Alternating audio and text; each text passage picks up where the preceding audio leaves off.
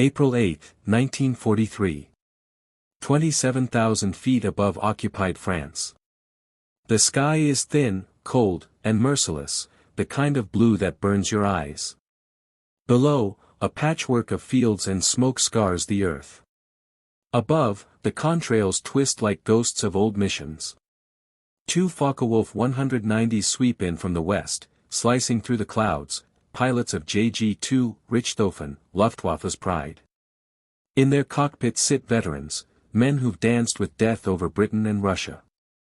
And now, they're laughing.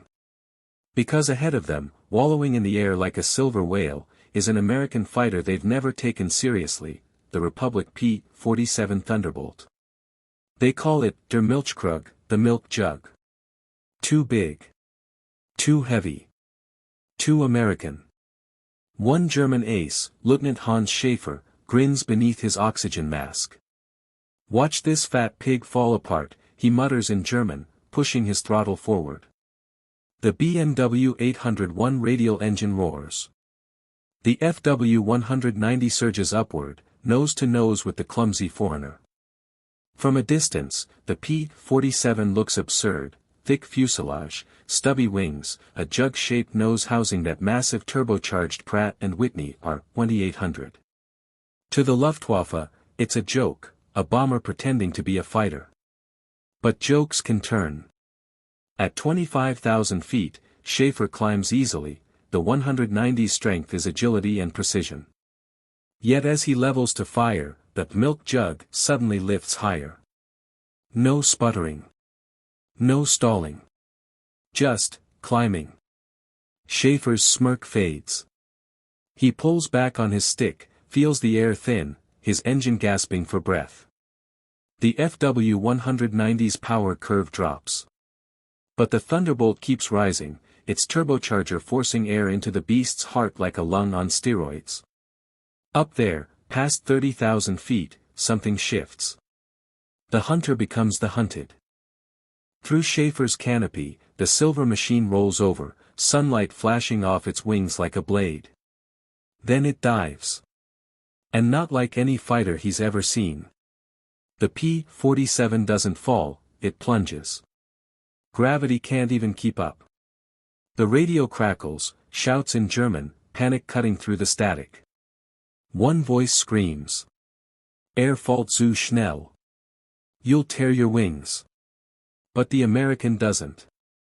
The Jug dives straight through 500 miles per hour, engine howling, the sky itself bending around it. Schaefer's 190 tries to follow. The stick shakes violently. Control surfaces stiffen. He feels it, the shudder before death. He pulls out. Hard. His plane groans, metal screaming. He watches the P-47 vanish below into the haze. The laughter, for the first time, dies. Somewhere beneath the clouds, the Milk Jug levels off, untouched, radio silent. The pilot, Lieutenant Francis Gabby Gabreski, wipes condensation off his visor. His fuel gauge trembles. He smiles. "Let 'em laugh," he mutters. "We'll see who's laughing at 30,000 feet." And above the torn clouds, the war begins to change. Because this wasn't just another skirmish. It was a revelation, the moment the Luftwaffe realized the Americans weren't bringing toys to war anymore. The flying Milk Jug had become a monster. May 1943, somewhere over Western Europe. Morning frost still clings to the wings of a 56th Fighter Group P-47 squadron at an English airfield. The engines cough to life, one by one, 9-cylinder roars merging into thunder. The ground trembles. Mechanics shout over the chaos, their breath fogging in the chill air. The Thunderbolts lumber forward, heavy and defiant, their polished noses reflecting the pale dawn. To new pilots, the P-47 feels wrong. It's not sleek like the Spitfire or nimble like the Mustang. It's massive, nearly 5 tons of metal with wings thick enough to park a jeep on. Some call it a flying bulldozer. Others say it's more fortress than fighter. But as Lieutenant Robert Johnson climbs into his cockpit, He runs his glove along the cold steel and smiles. He knows something the Germans don't. "This ain't a dancer," he whispers, "it's a brawler. The secret isn't in the wings. It's buried deep in the belly, a turbo-supercharged Pratt & Whitney R2800 double wasp engine capable of gulping air where others choke.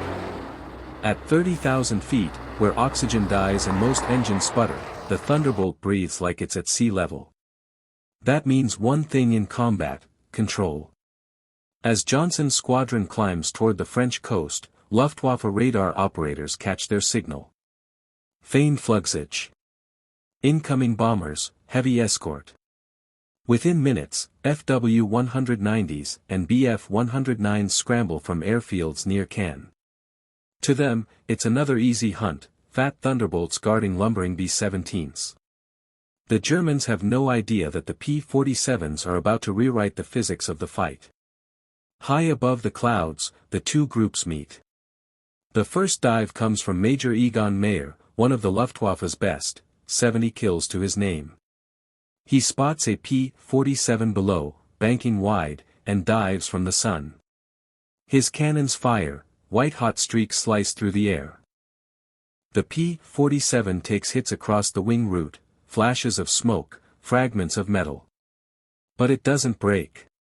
Johnson feels the impact shake the cockpit. He checks the gauges, pressure stable, controls solid. He rolls right, then pulls into a climb. Mayer follows, certain of the kill. But then, impossibly, the Jug keeps climbing. Higher. And higher. Mayer's engine starts to wheeze. His climb rate falls. The air feels thin as death. Inside Johnson's cockpit, the altimeter spins past 28,000. He flips the turbocharger lever, the R2800 screams, hurling compressed air into the cylinders. The aircraft surges upward like it's been kicked by God. He looks back. The German fighter is shrinking. And then he smiles, now it's his turn. Johnson rolls over and dives, throttle wide open. The air rips against the fuselage. The P-47 dives faster than any piston engine plane in the war, Mach 0.83, the edge of control. Bullets stream past his canopy. Mayer's trying to follow, but his FW-190 starts to tremble violently, wings fluttering on the verge of tearing off. He pulls back in panic, and his dive breaks off. Johnson levels out low over the countryside, engine howling. The P-47 doesn't even flinch. The Luftwaffe ace who once mocked the flying Milk Jug now stares from above in disbelief. His world, and his war, just changed. Because at last, the Americans had a plane that could do what the Germans couldn't. Fight at altitude. Dive through hell. And come back smiling. But soon, the Thunderbolt's true legend wouldn't come from the sky, it would come from what it could survive. June 26, 1943, over Saint-Omer, France. Lieutenant Robert S. Johnson sits in his cockpit, drenched in sweat, 20,000 feet up. He's already flown 2 escort missions this week, and the fatigue hangs on him like lead. But this one feels off. The B-17s below form a shimmering silver river across the sky, bound for targets deep in occupied France. And somewhere ahead, the Luftwaffe waits, hidden in the sunlight. The radio crackles. Bandits, 11 o'clock high. Then, black dots appear, growing fast. FW-190s, swooping in like hawks. The sky explodes. Machine guns chatter, contrails twist, and the heavens themselves seem to burn. Johnson breaks formation to chase a diving 190, but before he can fire, a burst of 20mm shells rips through his plane. Metal shrieks. Oil sprays across the canopy. He's hit. A shell smashes into the canopy rail, another tears through the engine cowling. The cockpit fills with smoke and the smell of burning hydraulic fluid. Johnson can barely see, but he doesn't bail out. The P-47 is still flying. He pushes the throttle. The engine sputters, coughs, then roars back to life. But before he can even level off, he's not alone. A shape appears in his mirror, another FW-190, sliding into position behind him. It's Major Egon Mayer again. The same ace from weeks before. Johnson jerks the stick, trying to roll, but the controls are stiff, almost frozen.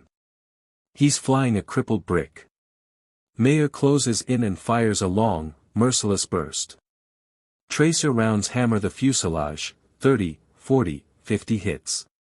The P-47 shudders under the punishment, but refuses to die. Oil splatters the windscreen, bullets rip through the tail, yet somehow the jug holds together. Johnson ducks behind the armor plate, clutching the stick with both hands.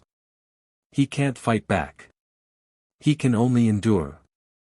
Mayer fires again, and again, until his guns run dry. Then, circling close, he tilts his wings in a salute before disappearing into the clouds. Johnson exhales. He's alone now, 100 miles behind enemy lines, shot to pieces, his radio dead. But the Thunderbolt still flies. Hour after hour, he nurses the broken beast home. The controls grind, the engine wheezes, but the machine obeys. When he finally crosses the English coast, base crews watch in disbelief as the bullet-riddled monster limps in, 21 cannon hits, 200 bullet holes, and not a single vital system destroyed. Johnson lands, barely able to climb out. His ground crew stares at the wreckage that somehow isn't wrecked. The joke's over. That day, the Germans learned something terrifying: the P-47 didn't just fight. It endured. A German ace later wrote, "We could kill the pilot, maybe. But not the airplane." From that moment on, the Luftwaffe stopped laughing. The Milk Jug had turned into a myth, and Europe's skies would never sound the same again. But the Thunderbolt story wasn't over. Because soon, its power would descend from the clouds, to the dirt, the mud, and the roaring chaos of ground war. Autumn, 1944, Western Europe.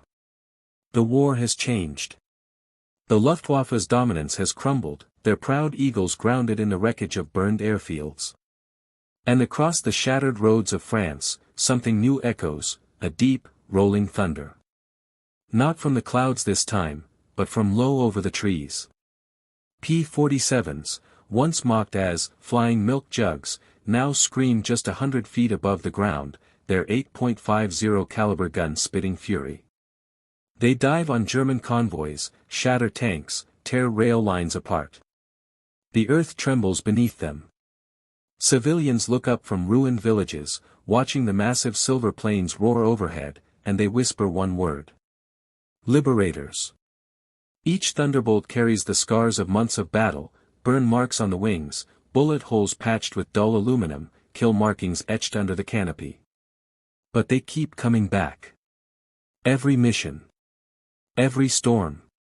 By 1945, the pilots who once doubted their bulky machines now speak of them with reverence, almost affection.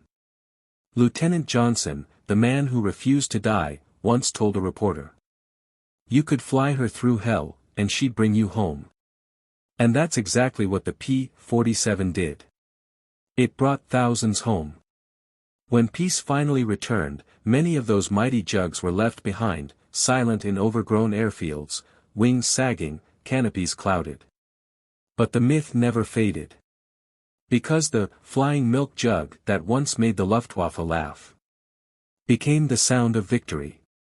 If you enjoyed this story of the P-47, the jug that outclimbed, outdove, and outlasted every fighter of its time, make sure to subscribe for more real stories of the war machines that changed history. Because sometimes, the underdog doesn't just win, it rewrites the sky.